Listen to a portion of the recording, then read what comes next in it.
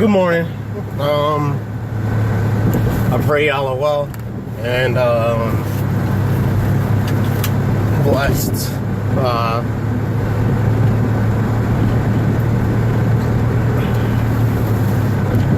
I was talking to a couple of brothers today, had some excellent conversations, which is a great importance to what I'm going to talk about right now, because it's important. It's been my theme, I'd like to say, for the last couple of months. And in addition to that, I saw somebody with 30,000 subscribers. Congratulations to that person, whoever you are.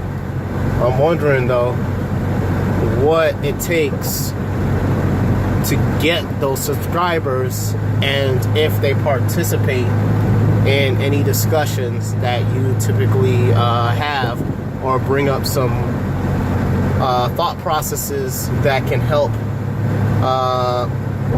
us come to a consensus of any ideas or theories that we may have on anything on any level.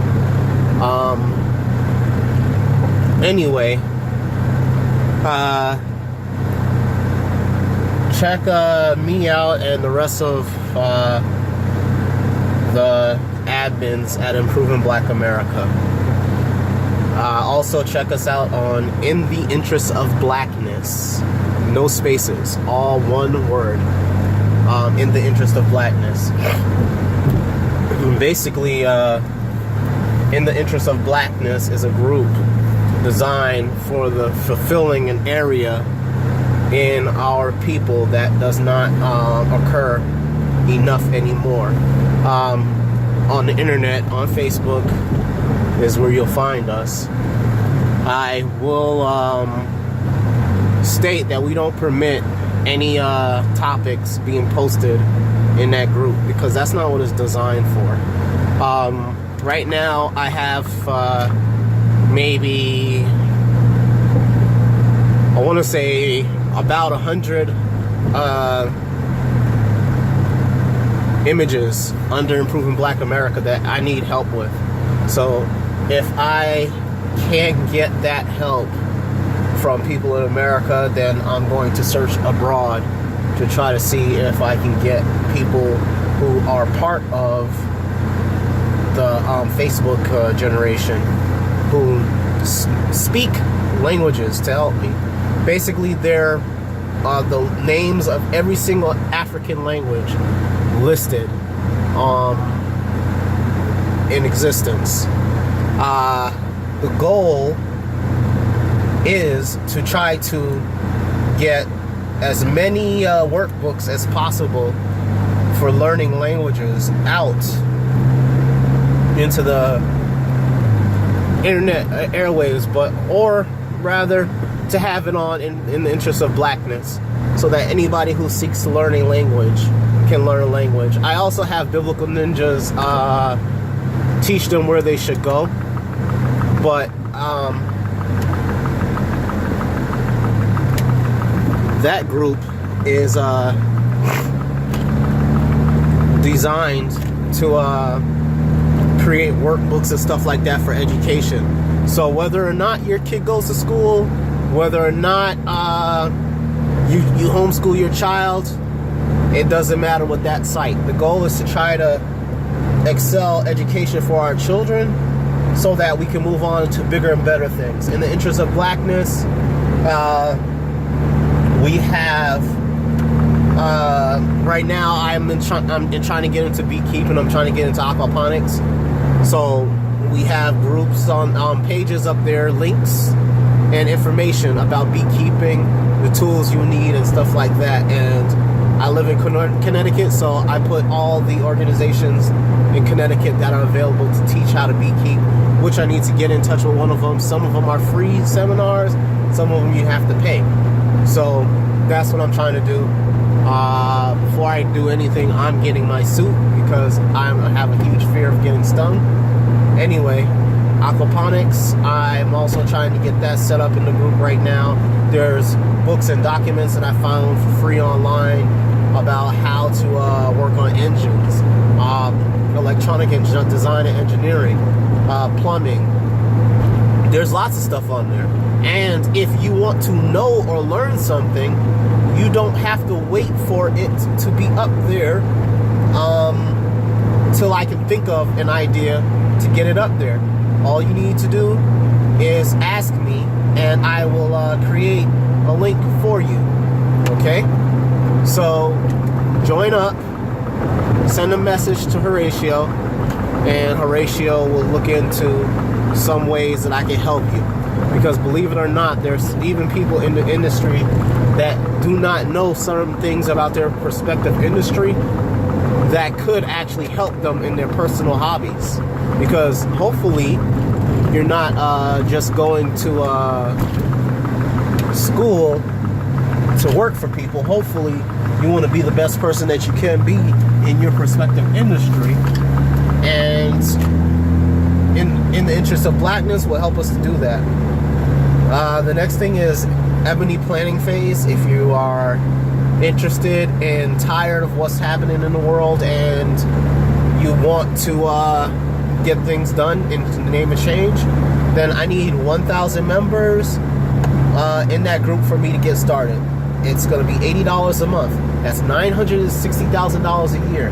That's 3 fast food restaurants a year. The money is not going in my pocket. The money is not going in your pocket. The money is going towards opening up banks. The money is going to sending people to school.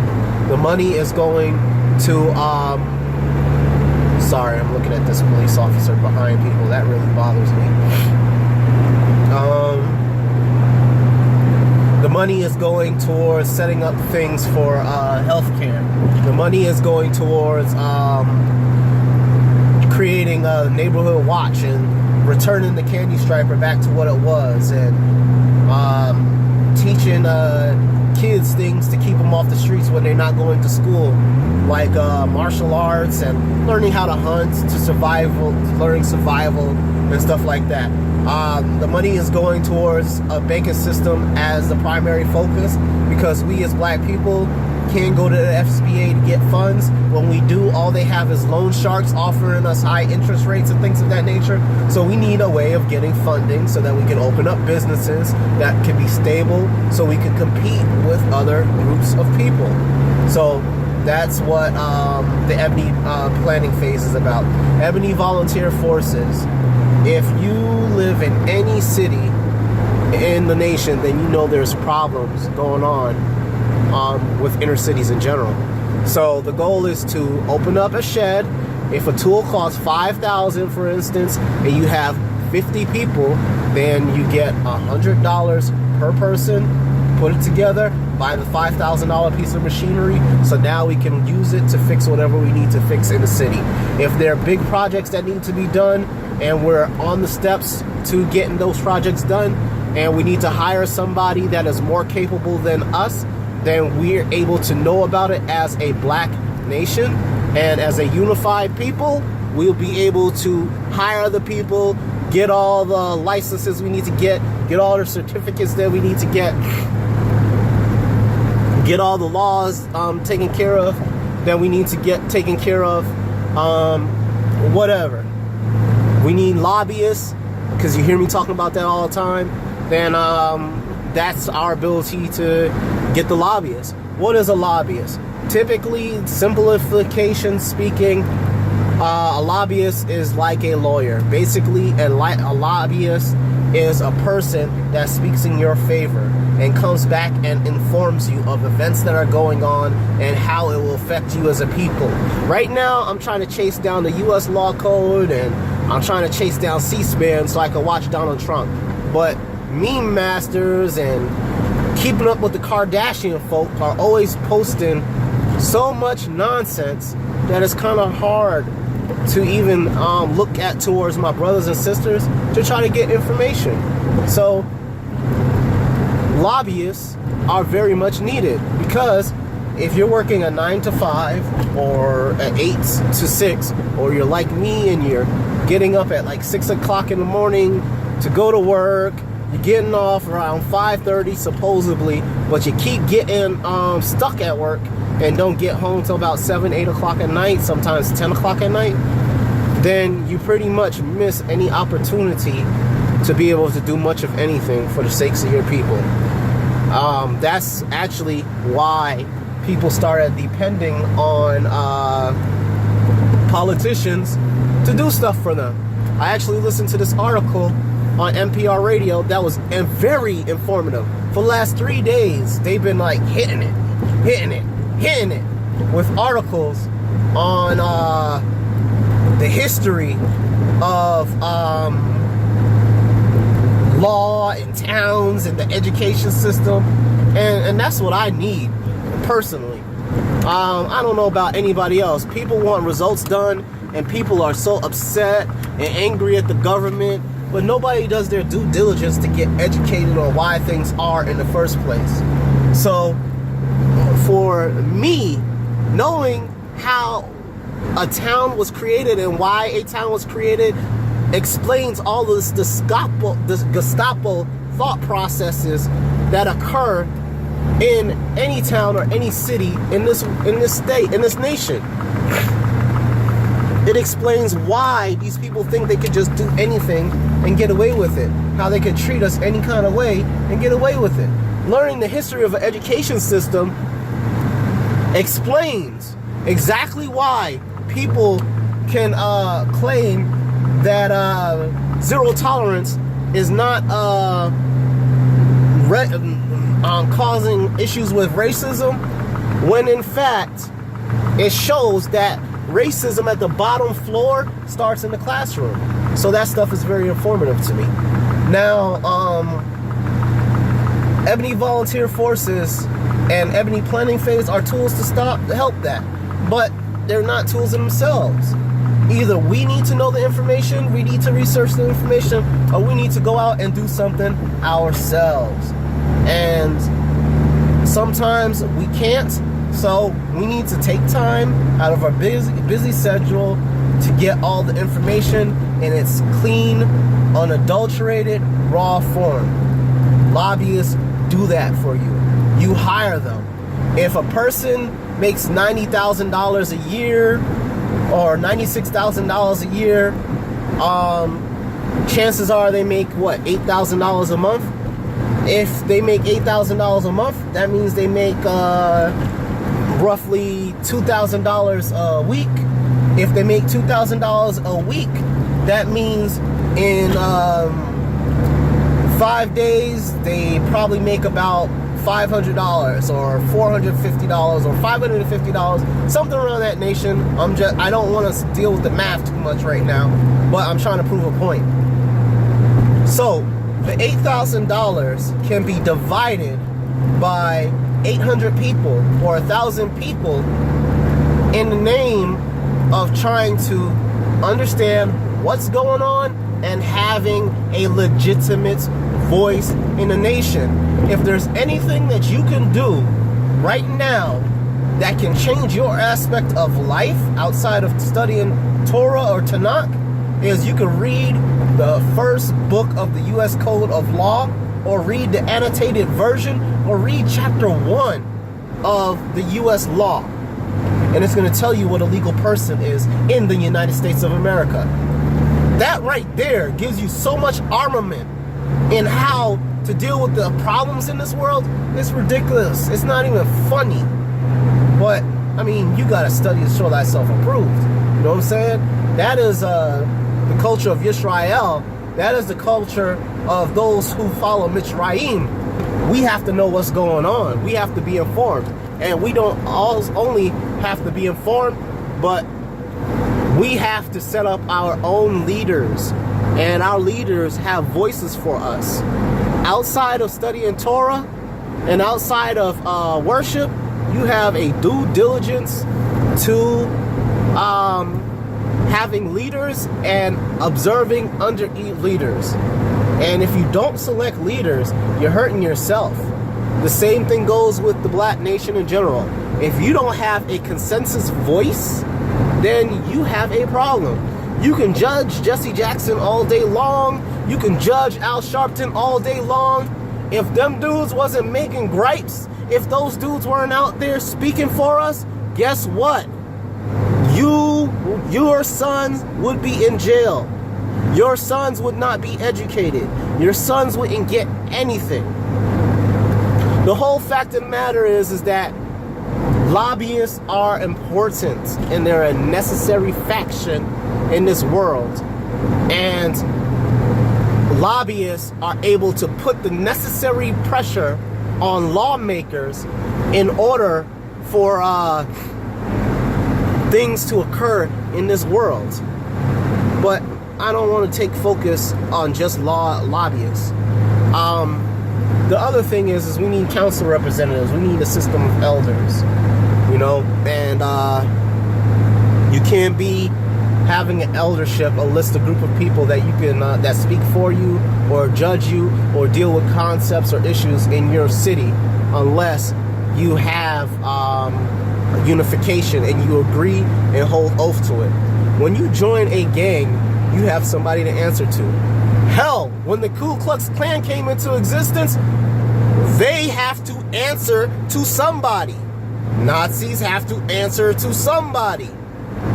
The people in Russia have to answer to Putin.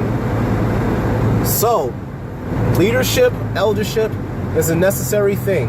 Now, obviously, with the things I listed, they're not really a positive thing for us as far as the groups. But the whole fact of the matter is that they have oneness as a whole. And let me tell you, when Putin speaks, those people obey. And those people are like, that's the man right there. They train their kids small from a real tiny age to understand pride. These people have only been overthrown once in their whole entire lifetime. And now they're at the they're living their lives to say this will never happen again. Should that be their main focus? Eyes of the beholder and what's going on in their nation versus what's going on in our nation? That can be decided another way. But we are in turmoil. We're still a defeated people. I don't know how else to put that. When you don't decide how marriages are upheld, when your kids are vulgar and don't have self-control, and this is not all of us, but this is enough of a percentage in which we as a people have to speak on it. But when your brothers are in prison and you're not able to dictate what happens to them, you need to be unified. You need to have a voice. You need to be ordered. It's a problem when this stuff occurs. So some good brothers had a topic earlier about my city, from where I was from, and that's Mount Vernon, New York. And they also had a topic about Chicago. Basically, they were talking about how the Fed cleaned up Chicago. How the Fed is about to go in, I do apologize, and clean up Chicago. I don't feel like that's going to happen. Somebody said they cleaned up Mount Vernon. I'm in total disagreement with that because, first of all, you have to define what cleaning up is. And if you determine that if the Fed's involvement or the military's involvement in anything to clean it up, to deal with an issue, is arming, arresting, and killing people, then I have to extremely disagree with you. You have to get to the root of the problem. And the root of the problem in our nation is the adverse effects of poverty, of capitalism, mainly poverty. When you're impoverished, you have lack. A lack of education, a lack of work, a lack of mental health assistance, a lack of social assistance, a lack of training on how to deal with anger, as far as what's the word I'm looking for? So whenever you're sick, you have what's known as a immune response, a hyperimmune response. So if I, for instance, have an immune response to peanuts, everything swells up, I get asphyxiated and I die. okay? The body retaliates, you retaliate in panic mode when you're going through an immune response. A lot of this stuff is an immune response to a situation that has occurred in this world, and that's capitalism. And the thought process of economics and capitalism that's taught by people in a state or a power or a system like the United States of America is that there has to be poor people in order for it to thrive and survive. The next thing is that they go into a history of outsourcing in order to fix problems. And they blame Obama and the Democrats for that stuff, but it wasn't Obama and the Democrats that did that. It was the Republicans who did that, namely the Bushes in the last 35 years, namely Reagan in the last 35 years. Trade agreements were designed in hopes to open up more relations with people so we can sell through them. Unfortunately, Donald Trump is right about that. The trade agreements freaking suck. And it hurt us very gravely. But the problems in these cities are dealing with lack of wealth, lack of time, and lack of guidance and direction. And that is where the problem lies. So if you don't fix that, if you don't clean that up, you're not dealing with what the issue is. Just picking up people and putting them in jail ain't the problem. And like my mom said this morning after discussing to her about this, she said, if that's called fixing it, I'd hate to see what unfixing it is. Whoa. But the thing is that the guy, one of the guys, a good brother, said that the mayors in Mount Vernon, New York, didn't do what they should have did. I'm a product of one of those mayors. One of those mayors is David Dinkins. David Dinkins, you were a bomb. You did great. There's a lot of things I did not understand about civil rights when you guys were trying to teach us as kids. And I'm sorry, man. I'm sorry. I'm very, very sorry. I mean,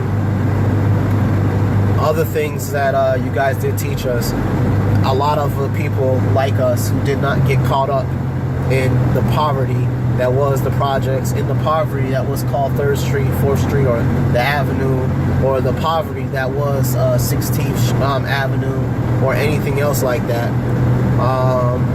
We stood up to talk to a lot of people, but unfortunately, a lot of people weren't trained like us. They weren't taught the same things that we were taught, and our parents had to work very hard to even get us our opportunity to have that kind of education that you gave us. So now some of us are doing things like improving Black America. Some of us are in the police force trying to actually make a difference that way. And some of us are in education. And we talk to a lot of people. But you taught us that you made volunteerism a requirement for us in order for us to graduate through Nellie M. Thornton when we were at Washington Elementary School. Your wife was my reading teacher. She was a white woman. She was an excellent woman. She took very much time with us. And you were very good on creating programs and trying to talk to us about getting stuff done. And that's where we are today. And the biggest problem, what is it going to take to deal with Black America? Number one, you need to be willing at all times to put time aside for the sakes of the children. I didn't say your child. I said the children. Number two, you need to be able to volunteer. Number three, you need to have time to walk your streets and have discussions with the people around you. Number four, you need to create an atmosphere for either learning skills, to be able to have joy, for play. Number five, you need to have time and involvement to be able to deal with the social construct of the mind. So you need to have support groups. You need to have open door policies for teachers and for ex-military or current military or police force so that they can talk about their problems. You need room for parents like that.